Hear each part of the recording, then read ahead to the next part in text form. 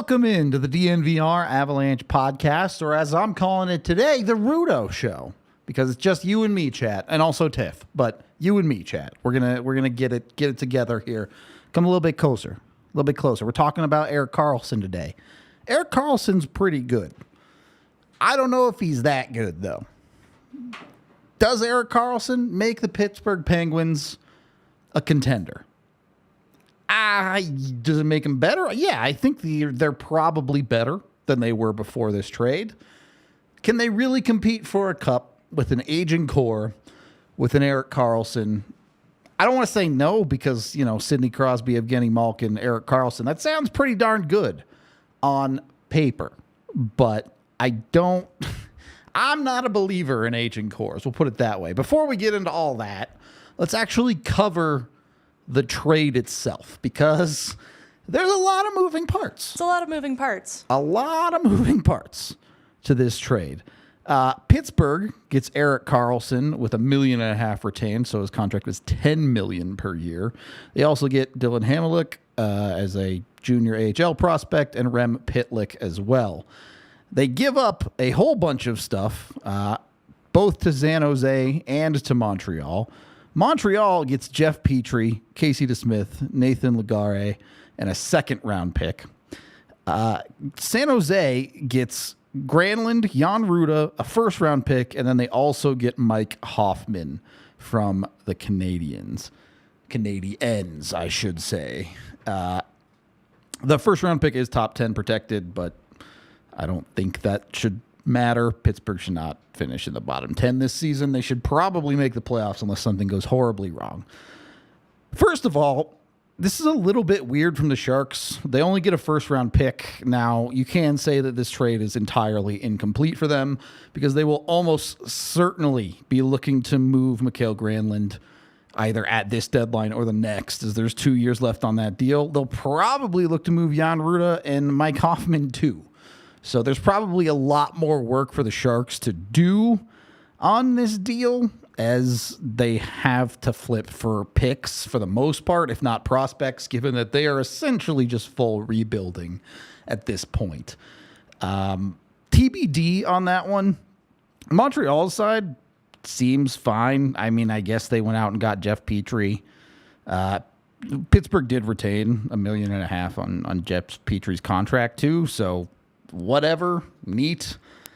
I don't really know where Montreal is. I don't know if this really moves any needles for them as far as them trying to push in whatever direction it is they're going. I'm sure they're trying to get back into contention for playoffs, but I don't know. I think that gap might be a little too big for them. So the thing is, I don't think it's all of their bad players, Brad. Yes, Mikael Granlund was very bad for Pittsburgh in that stretch, but that's a good hockey player. That's a dude who's going to give every team but Pittsburgh 40 to 60-point seasons pretty automatically throughout his career. And this is where I think the value of the trade gets a little bit weird for Pittsburgh. Not that it's a bad trade for them, but you're giving away a Granlund who, while he didn't work for you, is a quality NHL player, and I would expect a rebound season for him. And you're picking up an Erik Karlsson that, yes, he was a 100-point player in San Jose who had no one else to turn to and just gave him free reign to do whatever he wants. I don't think Erik Karlsson's a 100-point player in Pittsburgh. I don't think he's even close to a 100-point player in Pittsburgh. So you end up actual point difference. I don't know if it's really going to make Pittsburgh that much more productive. And obviously Karlsson comes with a ton of baggage of 4 years, $10 million, which is a whole other conversation that we'll get to in a little bit. I don't think Granlund is actually that bad, other than his stint in Pittsburgh at the end of last season, which was terrible, for sure. It was 5 points in 24 games or something, I think. It was really bad. Before that, it wasn't that bad. He was playing okay hockey in the first half of last season. Not amazing, but certainly way better than it was in Pittsburgh. So I don't know what it was about Pittsburgh that just didn't click, but I really do think he will rebound this year. I don't know if it'll be worth $5 million, but He'll rebound, I believe. On the other side, how long can Erik Karlsson keep being good? Again, I think it's ridiculous to think he would have another 100-point season, if only because he now plays on a team with Chris Letang, who's going to eat into those offensive minutes. There are only so many. There's only one puck on the ice at any given time, unless the rules of the NHL are about to change drastically. So I really do wonder. Now, it's pretty easy to say he'll get the top power play role in Pittsburgh, and getting to play with Crosby, Malkin, all that should provide an option for him to produce a lot of points. But he will not thrive in the same way he did in San Jose because of Crosby and Malkin. There will have to be, honestly, a lot more deference to some of the forwards and strong players in that system that San Jose, frankly, just didn't have very much of. So that side of it will be interesting. I don't know. What do you think, Chet? Do you think Pittsburgh is actual cup contenders here, or is this like the death throes of an aging core that's running out? Honestly, I had him roughly right around there too, Irish. I'm expecting like a 60-ish point season from Karlsson this year, which is strong for a defenseman, but that's not worth $10 million of cap, which is what he's costing Pittsburgh. I think it's really, really hard to get value on that. But I don't know. It's just a very complicated thing entirely because, yes, they took on EK's $10 million and they still shaved off $3 million of their cap. They saved money on this somehow because San Jose. I don't know, Tiff. Do you think EK is the truth? So one thing I think is going to play a huge factor is Gensel just got that ankle surgery, and that's true. He's not going to be in anytime soon. So that's one thing that I think is really going to affect them. I don't know if Karlsson is. I don't know if he's going to be able to do it because he's going to be just like that second pairing guy that just like I don't think it's going to go very well. The one thing I am shocked they haven't done anything with is Tristan Jarry. They keep giving him these extensions, and I think Pittsburgh is only going to go as far as Tristan Jarry is going to take them. We've seen they've gotten, they've grinded it out these last couple of seasons, and Jarry's kind of been the one to like fuck it up for them. In a way. No, they are very unstable at the goaltender but position. I will say, for sure. like, getting rid of DeSmith was also surprising given that they are giving Jarry so many chances. It's like those two have been such a like participation trophy tandem to me that like I'm kind of surprised that they got rid of both, they got rid of one and not both, but I don't know. I think Jarry is going to be the real difference maker in that. Look, his highs are really high. He's Pavel Francouz. He can't do it for more than like 5 games in a row. Whenever you ask him to go longer, it all falls apart on him. And the thing about EK, we talk about this a lot with the Evs. You don't have to have the best goaltender if you put a good enough defense in front of him. EK hasn't been a good defensive defenseman since his ankle surgery. Absolutely basically. Not. He just doesn't have the skating ability. Not that his skating ability is bad. It's more footwork, I should say, with the fucked up ankle. He can't defend nearly as effectively as he could when he was younger. And he doesn't really make you that much better on that side of the puck. On a team that already has Chris Letang, that already has a questionable defensive depth at best. I mean, it's definitely trading for Hellebuck at some point. Is that's the play? Yeah. The Hellebuck play is coming. There's no way they have the assets or the cap to make that work. Well, and so that was the one thing I thought was interesting from who is it? I think it's San Jose's side is I with their rebuilding kind of mindset. They have a couple of guys that they can flip. They've got a first rounder in there. I think eventually they might be able to get something out of some of these guys, but I don't think any of these guys are going to be long-term for San Jose. Yeah, I know. All the San Jose guys, I think, need to get flipped, or what are you doing, Sharks? And I think they should be able to get good assets for certainly Granlund if he bounces back. Rudo definitely be worth something. Hoffman's kind of a weird guy in the NHL who's a PP specialist almost exclusively at this point. Yeah. So I don't really know. There's probably some team that'll want that at the deadline. Who knows? Was Jeff Petrie the one with the insane Hextall contract that he extended, and it was something crazy? No idea. I think that's one thing that you can definitely see in this trade too, is just kind of getting rid of that Hextall.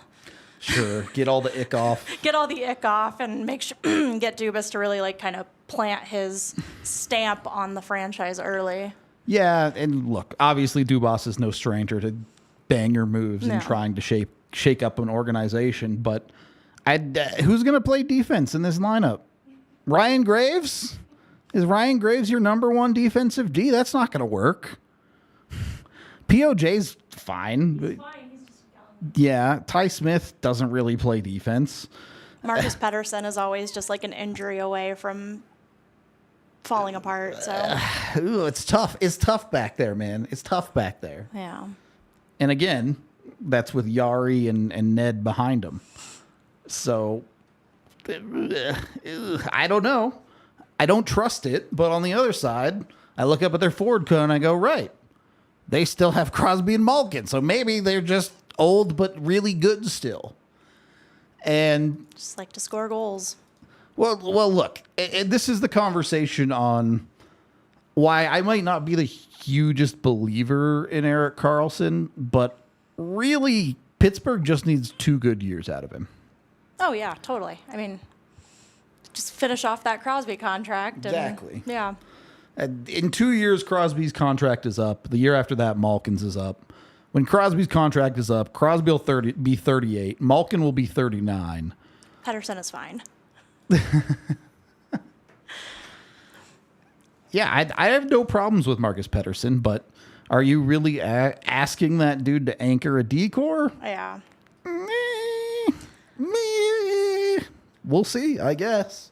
Let's look at this. Let's look at this decor real quick. It's, I mean, look, Karlsson and Letang sounds super fun. I'm sure they actually will be super fun.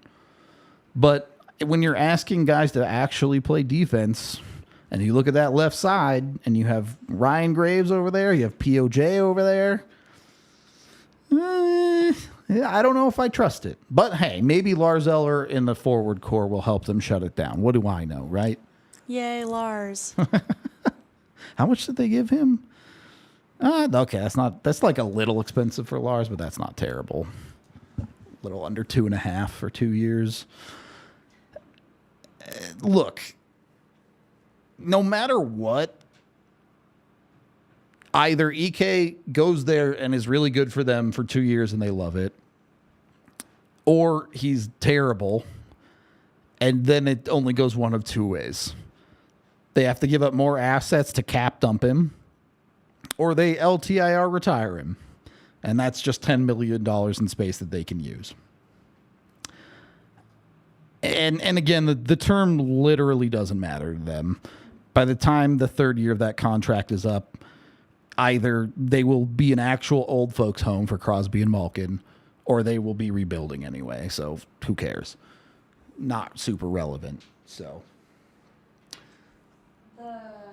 The chat is pretty positive on the Pens. I've got a poll going on just how will positive? the Penguins make the playoffs next season? Oh, I think they'll make the playoffs.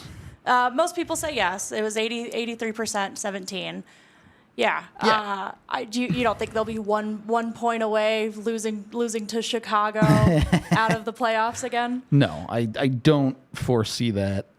Those are the types of seasons, especially that you look at someone like Sidney Crosby and he goes, I never want to experience that ever again. Yeah. And while Crosby's decline has started, he's still a ridiculously good hockey player. Oh my gosh, he had a 90-point season last year, didn't he? Like, he's still like the 5th best setter in the league. And again, I've not been very kind to them on this deal, but in the immediate, Erik Karlsson's going to make them a better hockey team. I guess I just past this 3 years. There's just nothing going for him at the moment. So enjoy these 3 years while it lasts. It really is the last gasp of this era of Pittsburgh hockey. God, they're so old. Letang is 36 right now. Crosby's 36 right now. Malkin's 37. Jeff Carter is 38. Eller, who they just signed, is 34.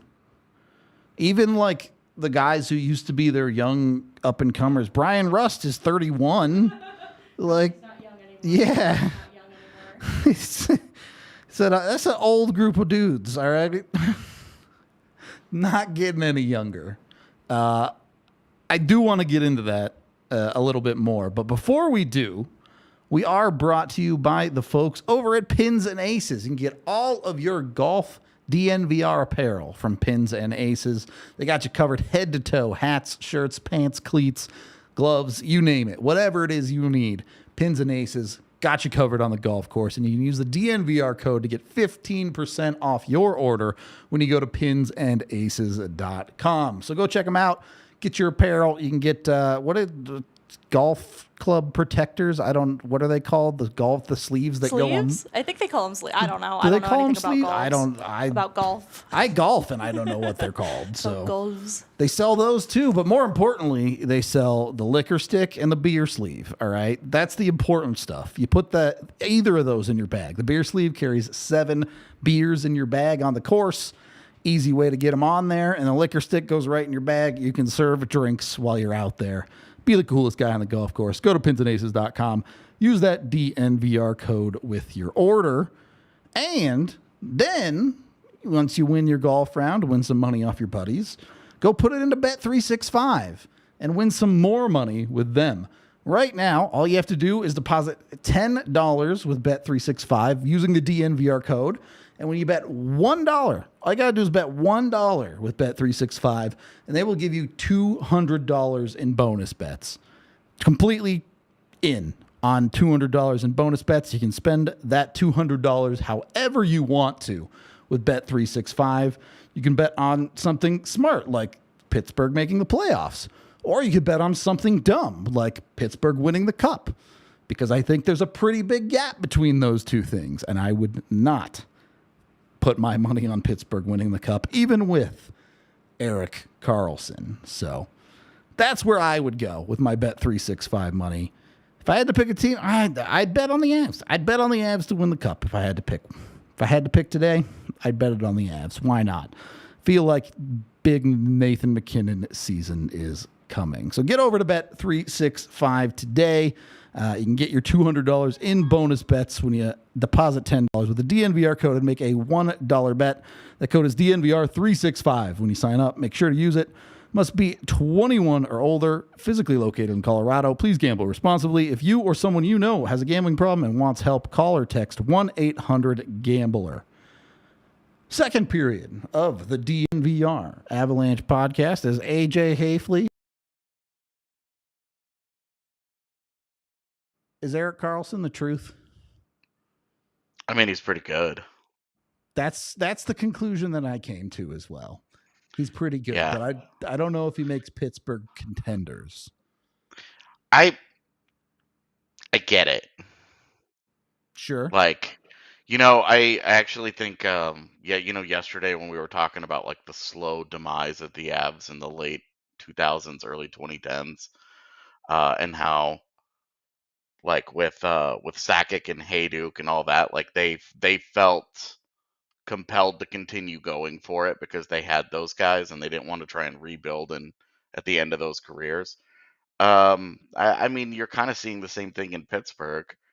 Is that those guys, that trio with Crosby, Malkin, and Letang, like they owe it to them to just keep going for it. And Erik Karlsson is obviously coming off a great season, and there are deficiencies in his game, of course. But I mean, hey, I think the trade was so inconsequential in terms of assets that the biggest asset that they gave up was the cap space. The opportunity cost of the next few years with Karlsson.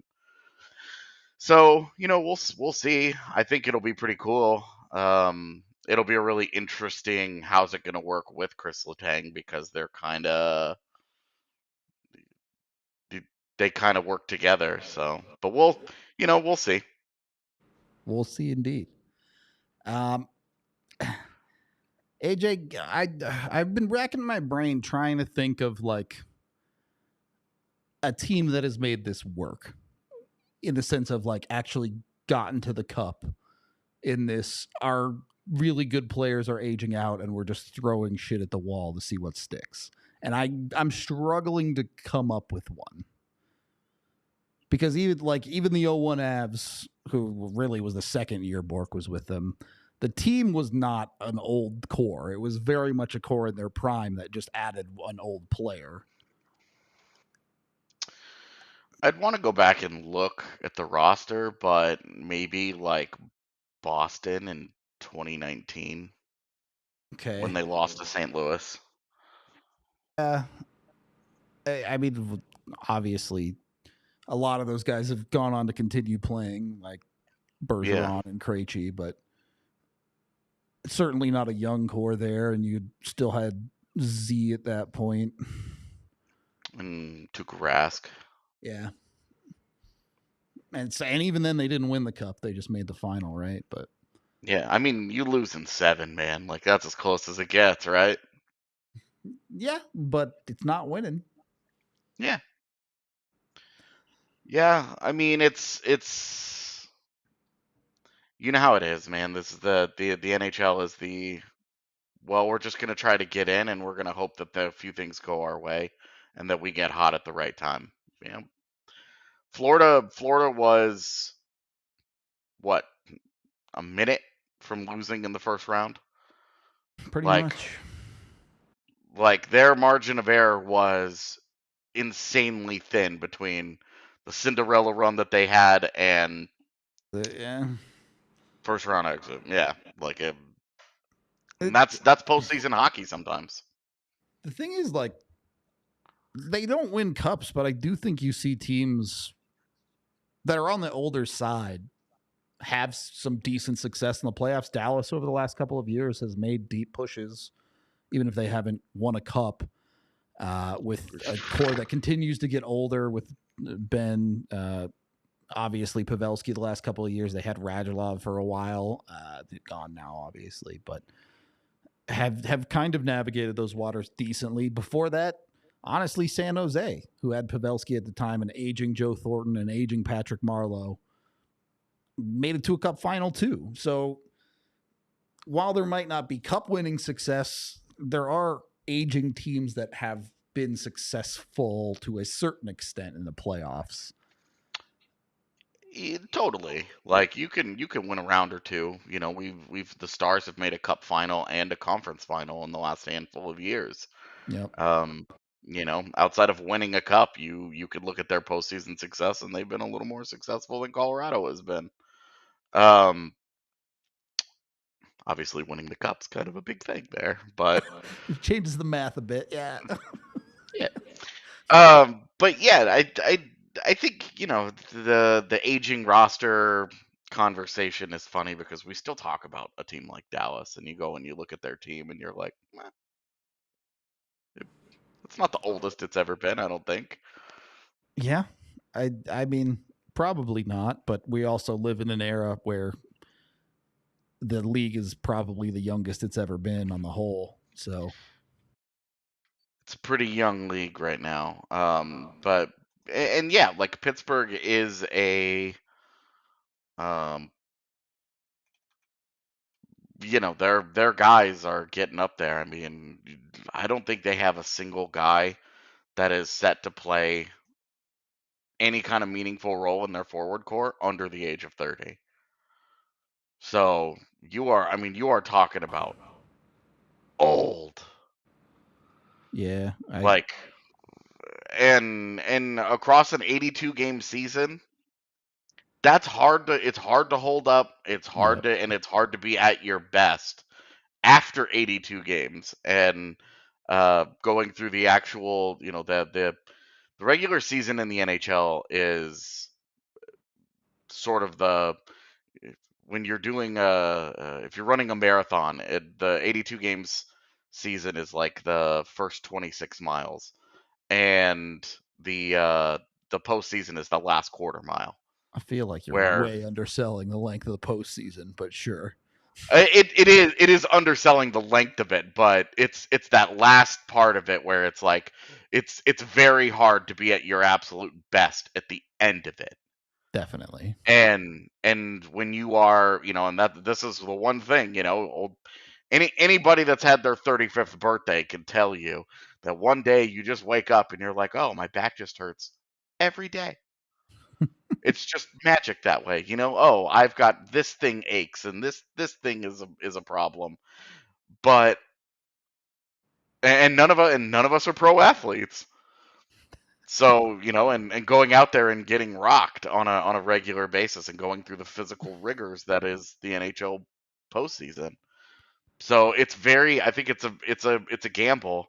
It's funny because NHL teams obsess over experience, but at this point you're kind of like might be a little too much experience in that locker room and not enough youthful vigor, because they don't really have, like, what is it? It's like Pierre-Olivier Joseph Yeah. is like their only true young guy. If they actually want to play Alex Nylander, I guess. And even he's like 25. He's not like young. Yeah, you don't really want to do that. Yeah, I know, but yeah, their decor is wild to me. I don't understand how it's going to work.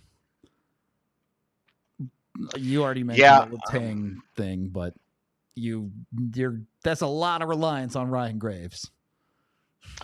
yeah, and I think Marcus Pettersson is probably one of the more underrated defensive defensemen in the NHL. Like, I really like him for what he is. And putting one of Pettersson and one of Graves next to a Letang and Karlsson Yeah.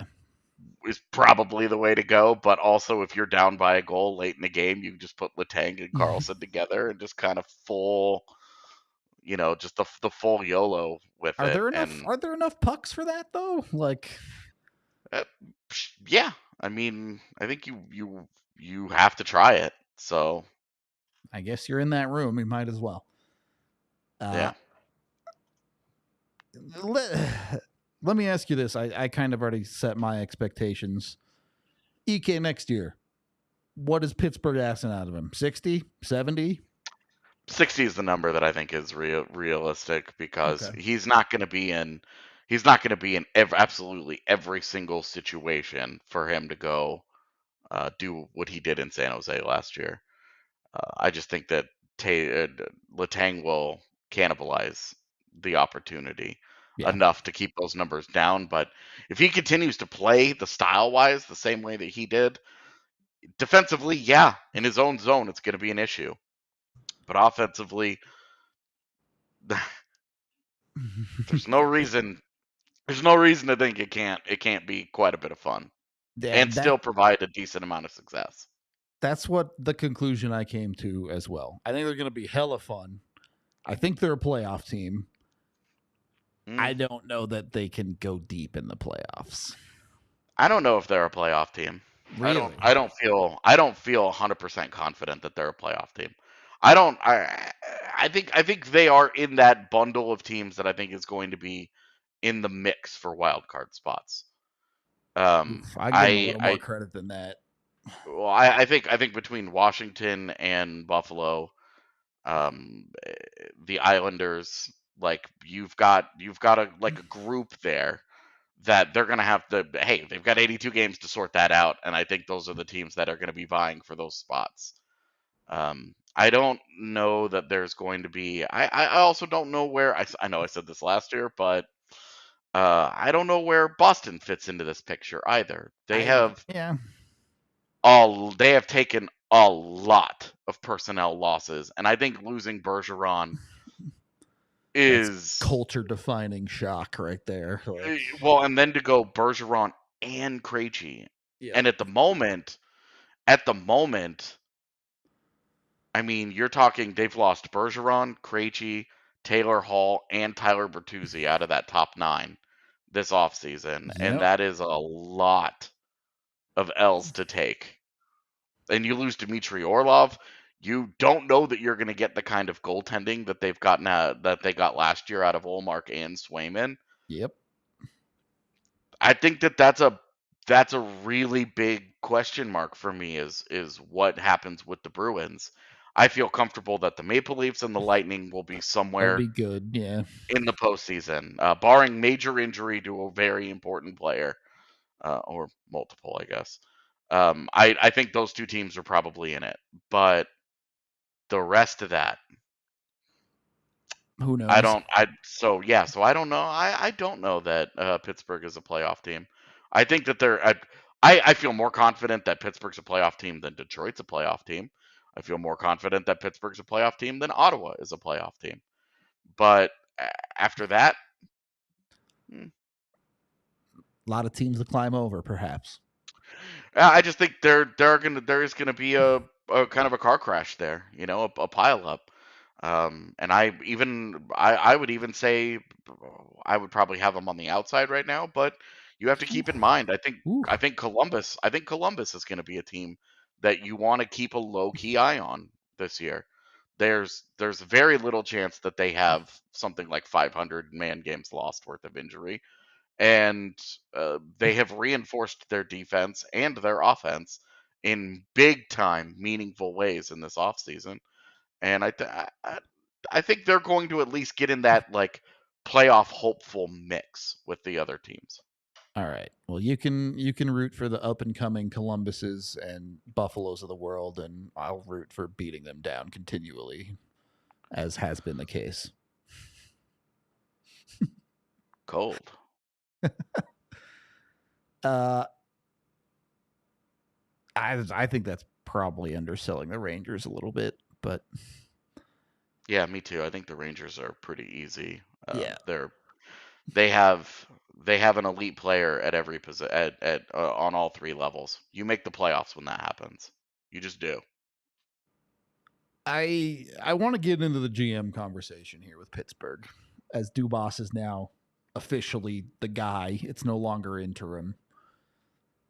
Is it his head on a spike when this era inevitably comes to an end, or is this an understanding of they're going all in and then he'll get to be part of the rebuild? I mean, 0 games played have been played in the Kyle Dubas era, so I think it's premature to talk about his head being on a spike. Well, look, there is a rebuild coming in the next half decade for Pittsburgh, right? Unless Sidney Crosby defies Father Time and is amazing until 42. Yeah. That rebuild's coming. I think it's pretty likely, yeah. We'll see. You never know how these teams transition in and out of this. We said the same thing about the Rangers, and the Rangers won 2 lotteries in a row, and then a bunch of really good players said they would only play for the Rangers. True. You look at where the Rangers are right now, and Adam Fox literally was like, "No, I got drafted. I don't even give a shit who I got drafted by. Oh, another team traded for me. It does not matter. I will play for nobody but the Rangers." Yeah. Like, that's not the Rangers doing anything. That's the Rangers just existing and getting hilariously lucky.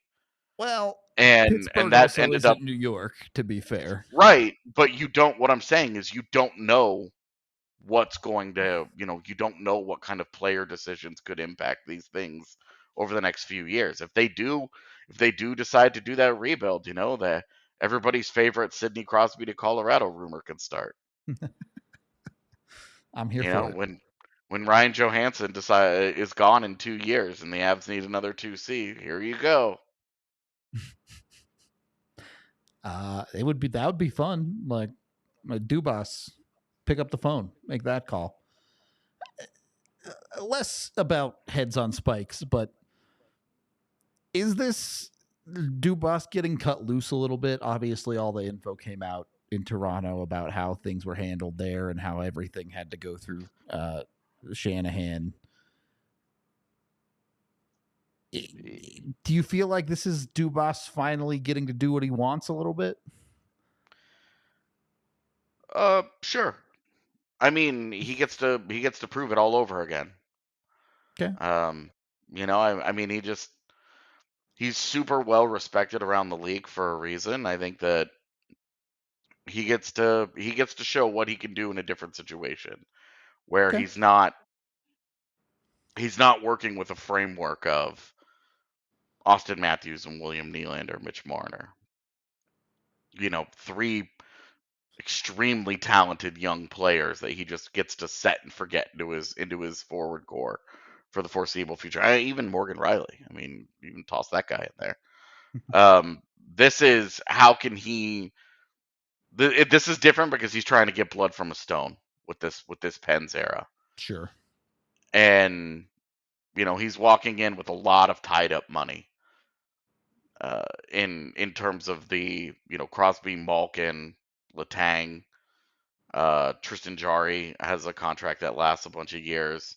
Ricard Raquel, Brian Rust all have deals. Jake Gensel has a decision to be made coming up next year. Like there's a lot of money here. So or a lot of committed money, and in the terms of Gensel, what should be committed money, because that guy's pretty good.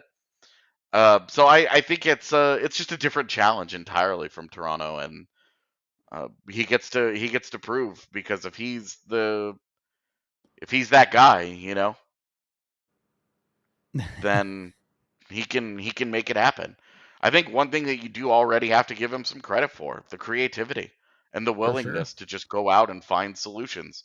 If they were in an ugly cap situation going into this offseason, they've made some hard decisions, and they're still not in like an amazing cap situation, but they're essentially compliant given the time Gensel is going to miss. So yeah, and you add Ryan Graves, Riley Smith, and obviously Erik Karlsson. I think they're in better shape than when the season ended. I don't know how much of a step forward that is, but I think it's I think it's an encouraging start to the offseason for him. In his first offseason where he didn't have a lot of time, you just drop right in and you just go for it. So we'll see. I like it. With that many aging hockey players, Pittsburgh better be drinking their AG1. That's all I'm saying. All right. You can go get your AG1 today. Jump on it. They got 75 different vitamins and minerals in there. Antigen and probiotics, adaptogens. I can't even say the words of the things that are in AG1 because they're fancy and they make you feel good. They're part of many athletes' daily routines that'll kickstart your immune system. It does a bunch of amazing stuff for you. So check it out. Go over to drinkag1.com/avalanche today. If a comprehensive solution is what you need from your supplement routine, try AG1 and get a free year supply of vitamin D, as well as 5 free AG1 travel packs with your first purchase. Again, it's drinkag1.com/avalanche. Get over there today to get all the goodies and the AG1 itself, which is very good for you. Also brought to you by the guys over at Bacchus and Shanker. Old, got a bad back, just get hit by a car and then get all of your medical bills paid for. It's that easy. Okay. 222-2222 today, or go to coloradolaw.net. I jest, but if you have been in an accident, whether it's car related, maybe it's a rideshare situation, maybe you've gotten run over repeatedly by the 8,000 scooters downtown, any of those options, if you've been injured and need compensation, Bacchus and Shanker got your back. They'll give you a free consultation no matter what at the 2 number or coloradolaw.net. If they think you have a case, they'll take it on initially completely for free. You pay them nothing until you win your case. So it's not like you need money up front. Anyone can afford to do this.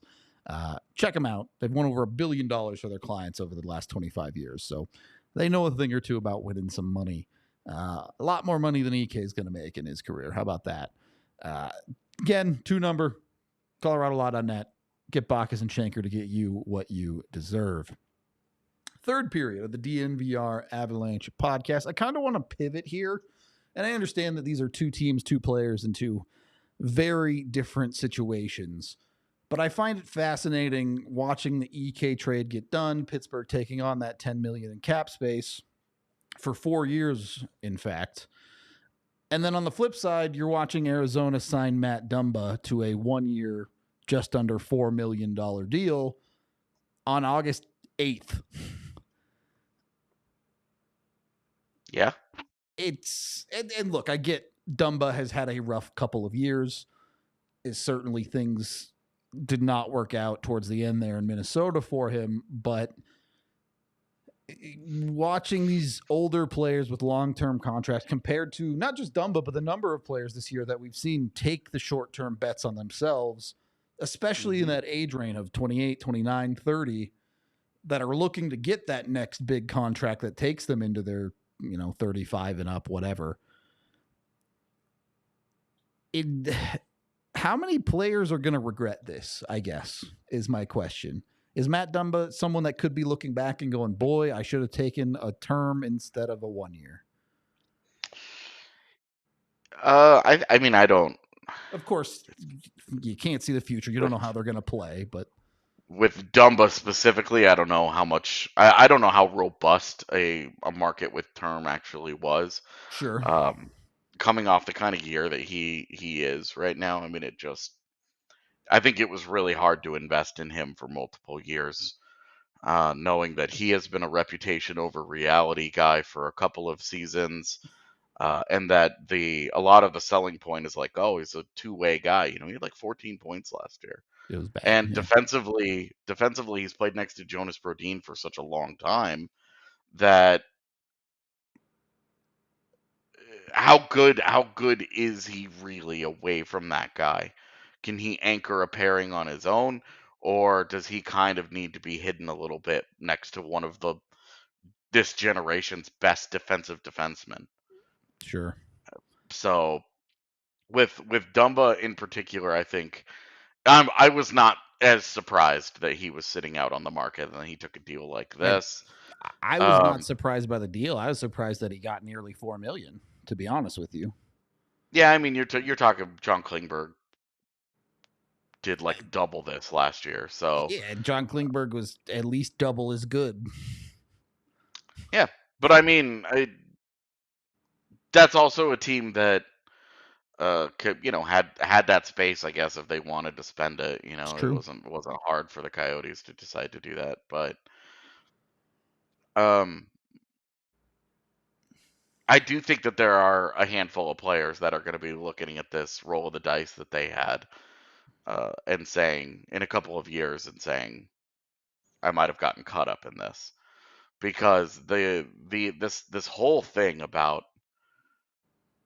oh, well, the cap's going to go up and there's going to be all this money and all these guys are just going to wait for it. Okay, but the cap also is going to go up. 2 years from now, the cap has gone up twice.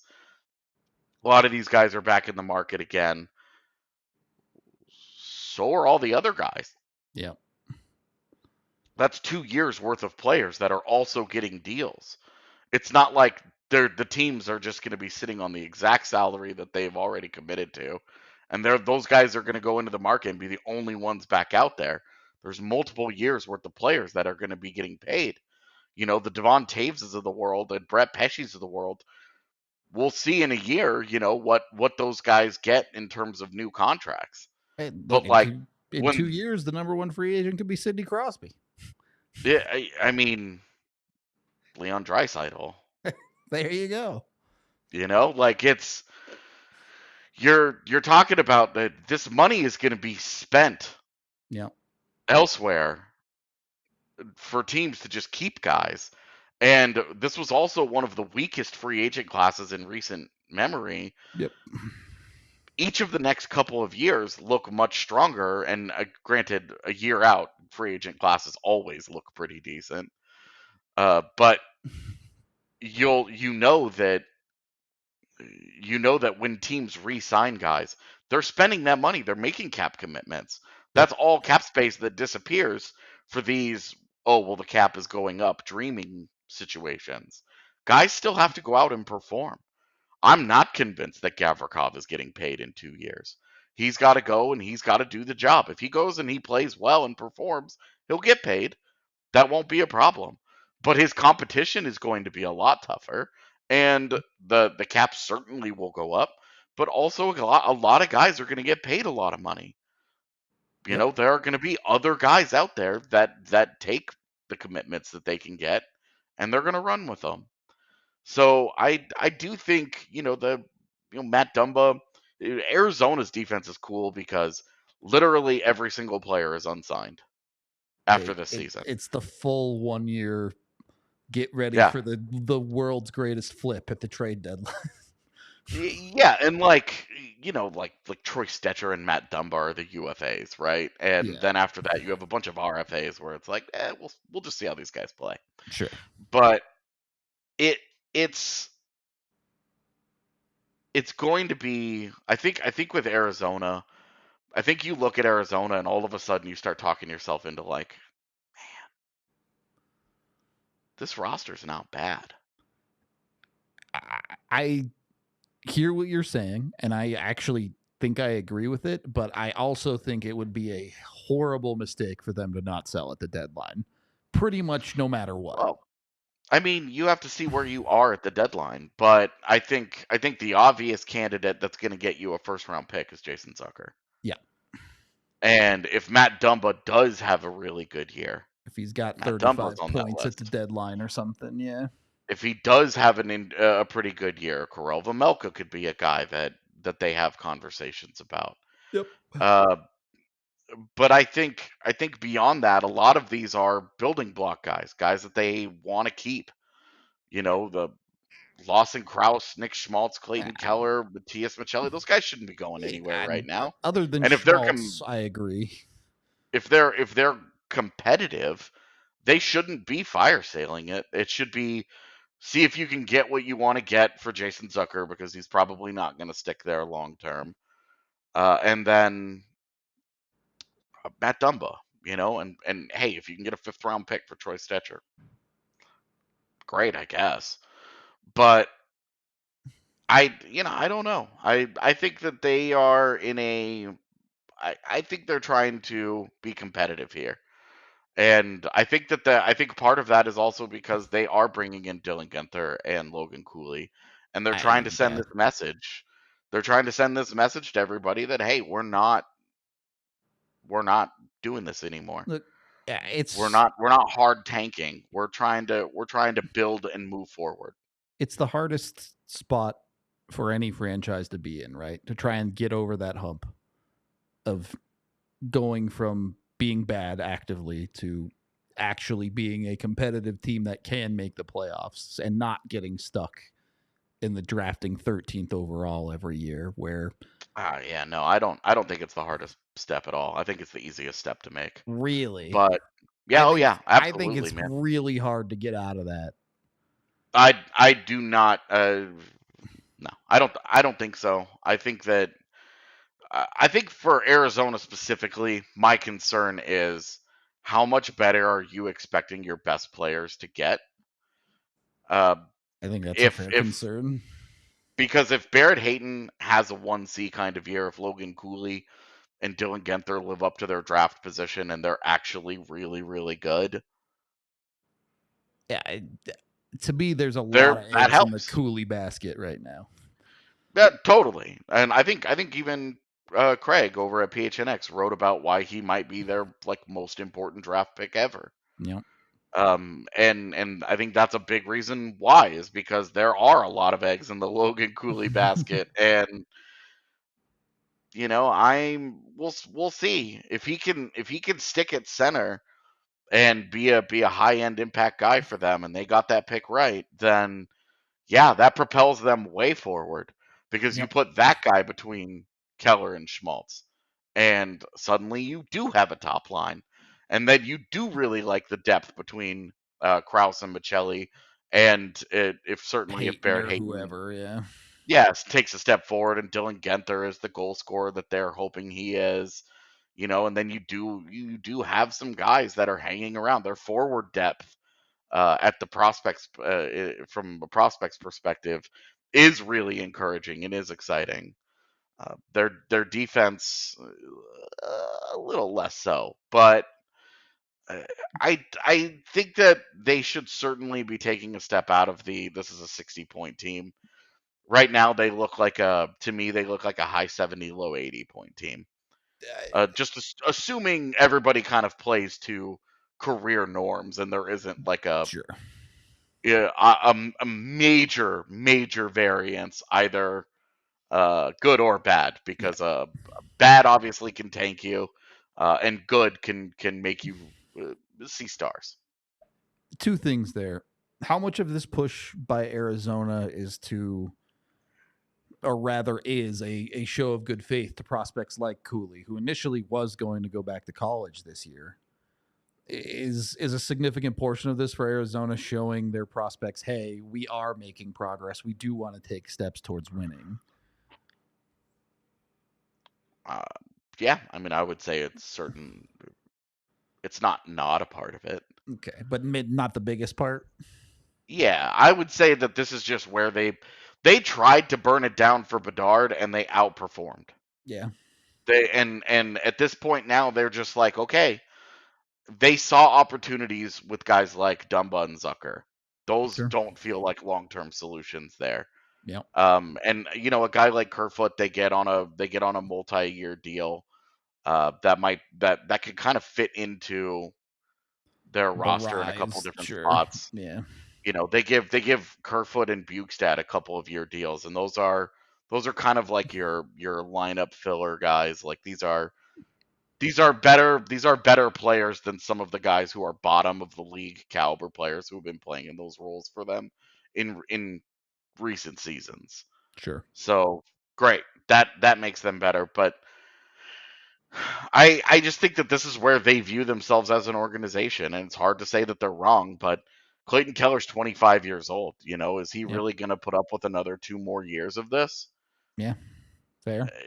I understand that he's got a lot of years left on his contract, but you don't want that guy unhappy, because if that guy becomes unhappy, a drafted, homegrown, developed there, played, keep him, you can't keep anyone. Yeah. And because what message does it send to the Logan Cooleys of the world if you can't keep Clayton Keller happy?